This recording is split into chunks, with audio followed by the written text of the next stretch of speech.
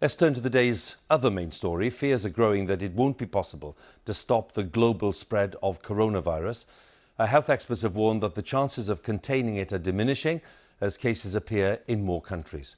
Most infections are still in China, but there are a number of significant clusters elsewhere.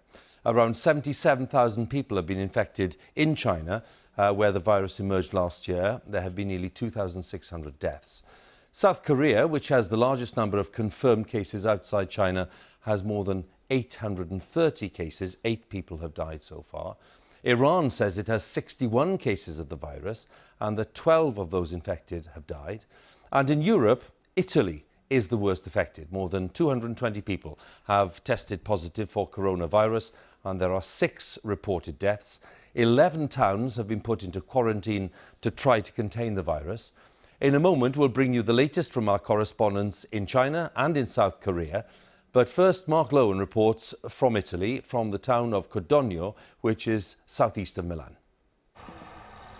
They try to halt a virus they cannot see, scrambling to contain the invisible. Behind the barriers, more than 50,000 people are quarantined as cases rise, and so do the deaths. Italy has Europe's worst coronavirus outbreak, the 3rd highest in the world after China and South Korea. We're following our instructions, he says, blocking roads and asking people inside not to leave their homes unless absolutely necessary. Well, this is the exclusion zone now on the road to Codogno, the centre of the outbreak. And you can see they're stopping all the cars trying to enter here and all those trying to leave. Depends whether they've got the authorization as to whether they can pass through.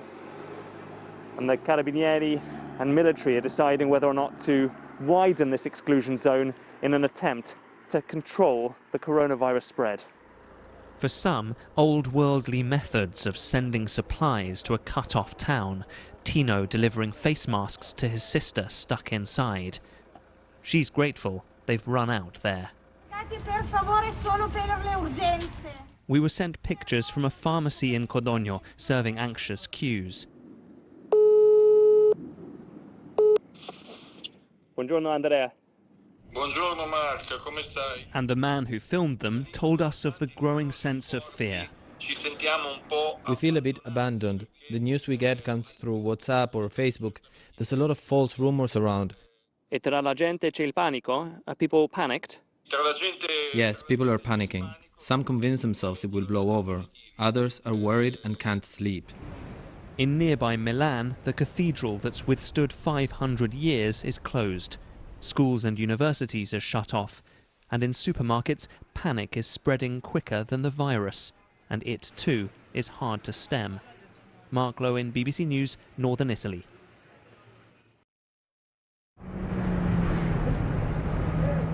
Fear has driven thousands in Daegu into a panic-buying frenzy. They queued for hours, even sprinting to the back of the line in the hope of getting a face mask. But some had to leave empty-handed. This is the first time we've been out the house in 3 days, and we couldn't buy more masks. Elsewhere, it's eerily quiet. Only a few stallholders have decided to open. I've been working in this market for 40 years, but I've never seen anything like this. Most residents have decided to stay indoors as officials race to find those who've been infected. There are no travel restrictions in place for now. As you drive through the worst affected areas, the local government sends alerts detailing virus hotspots to avoid. But that's the kind of thing Another one. Oh, we got another one coming? Each message has detailed notes of confirmed cases nearby. Meanwhile, medics on the front line battle on. Doctors sent us these images to show us the kind of precautions they're taking while treating hundreds of patients. In North Korea, they claim to have no cases of coronavirus after they sealed off their border with China in January. All 380 foreigners in the country have been quarantined. Experts fear an outbreak in this secretive state, where millions are malnourished, could be catastrophic. Back in the south, there is a sense of urgency. Officials say the next few days will be crucial if they're to prevent this outbreak becoming an epidemic. Laura Bicker, BBC News, Daegu.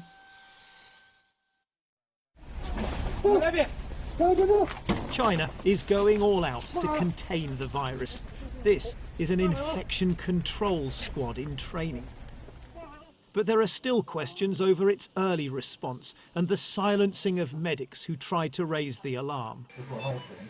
The public anger hasn't gone away. Here, a man films as doctors attend to his mother, but they can't save her. Later, he films as a funeral car arrives. The government thinks we're foolish. They say it's a natural disaster, he tells me. But it's actually caused by humans. If they'd warned us in time, he asks, would so many people die? The World Health Organization, though, was full of praise for the actions China has taken. China has rolled out probably the most ambitious and I would say agile and aggressive disease containment effort in history. To what extent do you think cover-up and censorship played a role in allowing this virus to accelerate at the rate it did? I don't know. Frankly, didn't look at that. I'm just being completely honest. But what worries me most is, has the rest of the world learned the lesson of speed? Once China had woken up to the danger, that speed, the rapid quarantining of cities and the shutting down of the economy, appears to have worked and is now being held up as a model for the world. As the virus was allowed to spiral out of control in the province of Hubei, it spread in smaller but significant pockets to every province in China. This is the picture of a disaster, and it forced the government to act. And here's what happened. The official figures show that in Hubei, although the numbers are still high, they are stabilising. And for the rest of China, even better news. The numbers kept low by those containment measures, and if we have a closer look, for more than a week now, they've been falling.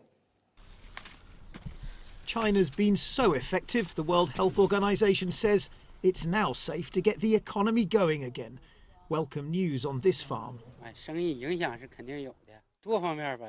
With the roads all blocked, of course it's brought sales down, Wei Hongkun tells me. If China's control of information helped start the crisis, its control over its people might help solve it. But how many other countries might really be able to replicate this? John Sudworth, BBC News, Beijing. Well, here in the UK, although more than 6,500 people have been tested for the virus, so far just 13 have tested positive, including the 4 cases who were aboard the Diamond Princess cruise ship in Japan. They've now returned home. Our medical correspondent Fergus Walsh explains how people can best protect themselves from coronavirus. The new coronavirus spreads through droplets in the air when infected people cough. So, if you're just a few feet from them, you could breathe in the virus. If you touch an infected surface and then rub your eyes or mouth, that can also pass it on. It's why regular hand washing is important. None of us has any immunity to this virus, so if there's a major outbreak, any of us could catch it. But it's worth stressing that it causes only a mild respiratory illness in 4 out of 5 people who'll get better without any medical treatment. The symptoms begin with a fever and a dry cough. The older you are, the greater the risk of complications such as shortness of breath and pneumonia, especially for those with underlying health problems such as heart and lung disease and diabetes. But the biggest viral threat at present is seasonal flu, which causes thousands of deaths in the UK every year.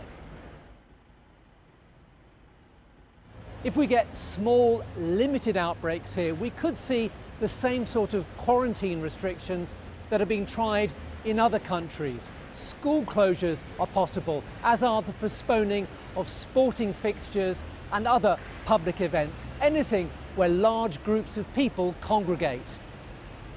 But if we get cases popping up all over the country, then locking down communities won't be possible. Instead, the focus will be on getting people to self-isolate. The longer we can keep this virus at bay, the better, because with the warmer weather, there's a chance that cases might start to dwindle. That was Fergus there, our medical correspondent. And staying with this story, it's been a rather turbulent day on the global financial markets, which fell today as concerns grew about the impact of coronavirus. And with me in the studio is our economics editor, Faisal Islam. So what have the markets been doing, Faisal? Sharp falls across the world. In the US, the Dow Jones Industrial Average just closed down over 1,000 points. About just over 3%. That followed the close in European markets of between 3 and 4% down. In the UK, the sharpest one-day slump for 4.5 years, with airlines such as EasyJet and Ryanair losing large fractions of their value.